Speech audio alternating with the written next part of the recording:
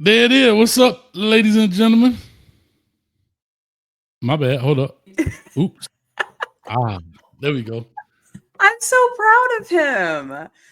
I'm so proud of him. How are you all doing? I caught myself watching that and I hadn't seen that.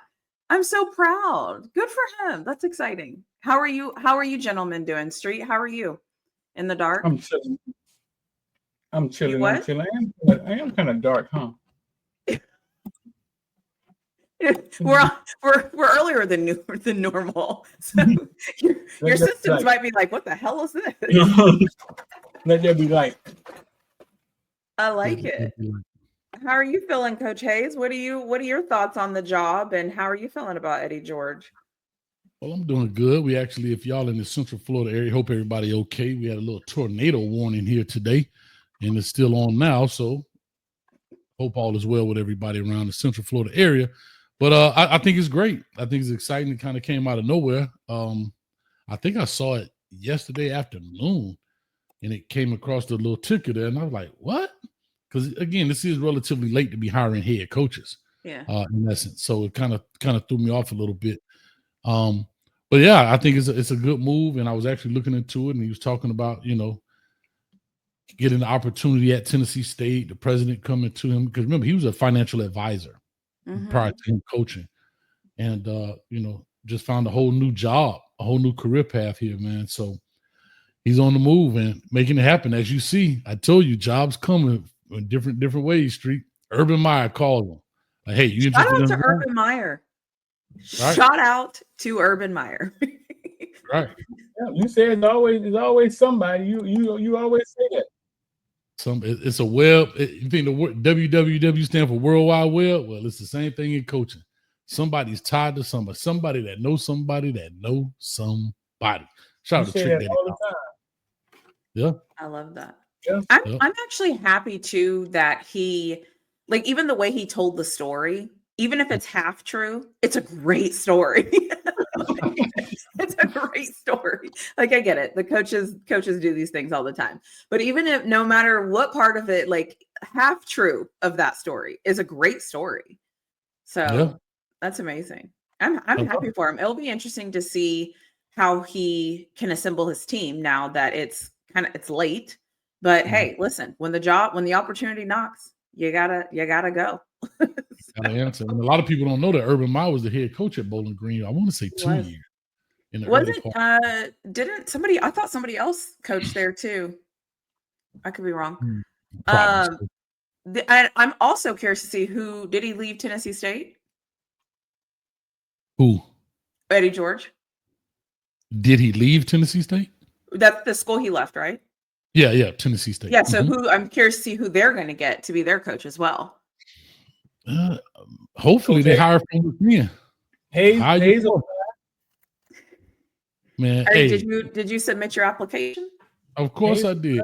And we ain't practicing on Mondays. Why? Because we got Hayes to do. We ain't practicing on Mondays. You know what you actually should do is you should video us in. We will watch the practice and we will give our 2 cents after the practice is complete. Me and Street will go, what do you think will happen, Street? So we'll be able to critique.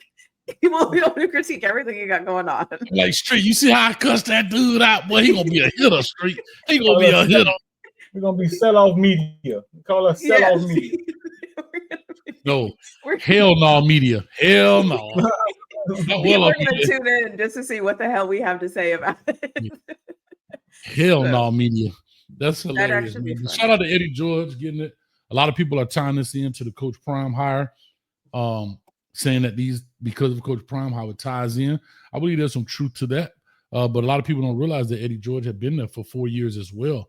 So they kind of started within that same year. I think Eddie George did get the job after Prime got to Jackson State, and then he ended up getting a job at Tennessee State.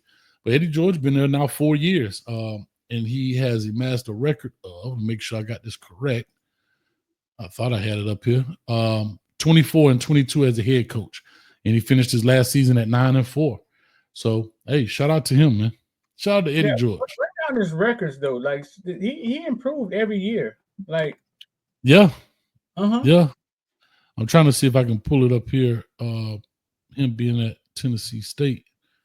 unfortunately, the big time outlets don't give a lot of love to the Detail. HBCUs. But in Right. 2021, he was 5-6.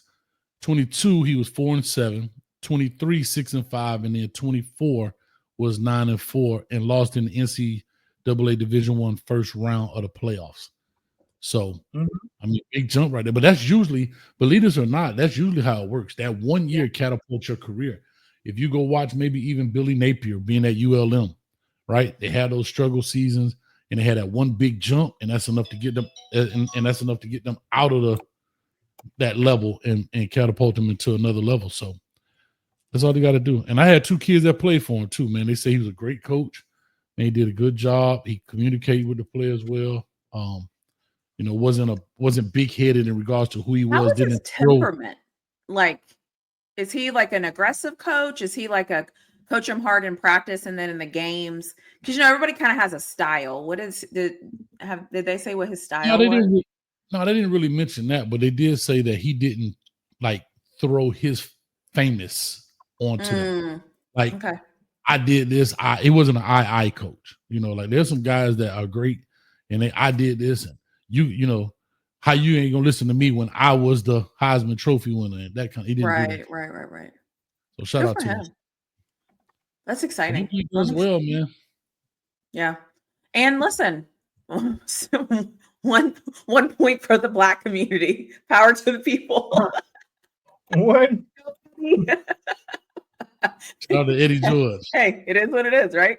If I'm going to cheer on Deshaun Jackson, who has no coaching experience, and Michael Vick, who has no coaching experience, I'm also going to cheer on Eddie George. Okay, that didn't have any coaching experience. That didn't have any coaching experience. He's now 4 years in my mind, he's now senior. So I hate to go there, but I do want to ask the street. What's your thoughts on this? We brought up 4 names. The common denominator, it's 2 common denominators: no experience and famous. Is that the formula, or what about? Because I don't see the guys that are famous and have experience. And I always bring up people like Hines Ward. Now, I'm not saying they have not approached Hines Ward. I don't know that. But you don't see the guys with the experience in the profession already seeming to get these type of opportunities. Why do you think that is? I think it's theory based off some things I've heard guys say. I think they're pulling guys that kids want to come play with because they probably can't compete at recruiting, right? Okay. So you pull up Michael Vick. Michael Vick walked in the house, he win a couple kids. Deion Sanders walked in the house and won the number 1 player in the nation. He ain't walking in nobody's house. He said he don't do home visits, so he wasn't saying that when he was taking he wasn't saying that shit.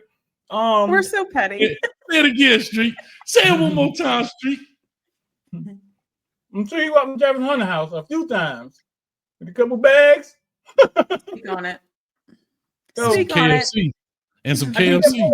I think they're pulling guys that attract people, guys that attract attention, that attract media, big social media following.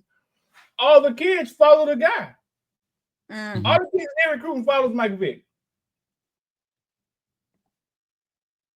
Mm-hmm. Mike Vick sent you a DM, right? You in a dilemma because you like, I'm a number 5th player in the nation. I'm going to talk to Mike Vick. At any other time, you probably wouldn't have spoke to the school. You know what I'm saying? Or you would have kind of, I'm not saying not speak to him, but it's Mike Vick.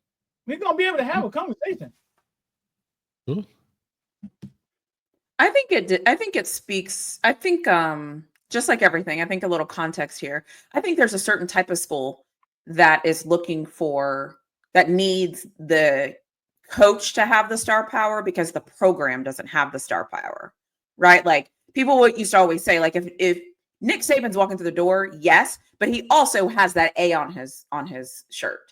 If Street goes and works for Ohio State and gets to put on an Ohio State jacket and walks in somewhere, that Ohio State is going to speak really loud. And a lot of people everybody is not going to be able to go coach at Ohio State, at Miami, at Florida State, at Texas, at USC. You know what I mean? Like some of these schools, this ain't going to fly because the brand is actually bigger than the coach. I think what you're finding is when your brand isn't as big as the coach, then you have to go get a coach that can be as big as the brand. And that's kind of what I feel like they're doing when they go get these guys that used to be really, really, really great in the NFL because they have the brand, because the school doesn't really bring the brand. Nobody gave a damn about Colorado until Coach Prime arrived, unless you were a Colorado alum. Let's call it what it is. Like, nobody was looking at Colorado. And I'll say that I think you make a very fair point, because if you look at the jobs that these guys are getting, it's kind of the, how do I say this? It's kind of the job where, let's see if you can do it first job. It's not the job. It's not the blue bloods. It's not the top tier programs, because there's, like you said, the brand is bigger than the man, right? Mm-hmm. Nobody's bigger than the shield in essence. But a Norfolk State or Mississippi Valley, shout out to Terrell Buckley, who's another guy who just got the job, but has been in the coaching field for a long time. He's at Mississippi Valley State. Now, it's been a couple of weeks now, but when I look at guys like that, like you said, they get those jobs. In essence, Coach Prime, we know he went for Arkansas and I think Auburn and Florida State, a couple. And I try to tell people, these schools are large, multi-million, if not billion-dollar institutions, and they can't afford the quote-unquote experiment. It's got to be some proof of concept first, because you have to remember, as an athletic director or even as a board of trustees or a president, if it doesn't work out, at least that guy checked the boxes. Mm-hmm. He had experience, he's done this, he's done that, blah, blah, blah, blah, blah. If he gets fired, I may still get fired, but at least I checked the boxes. It's kind of just like recruiting. Hey, dog, I know that 5'8" dude is a ball player. Head coach wants 6 foot or better. And if I bring him in here and it don't work out, off with my head. If it works out, great. But I'm not willing to take that chance because of my job. I think the same thing goes with those administrators. Now, Coach Prime proved himself at Jackson State.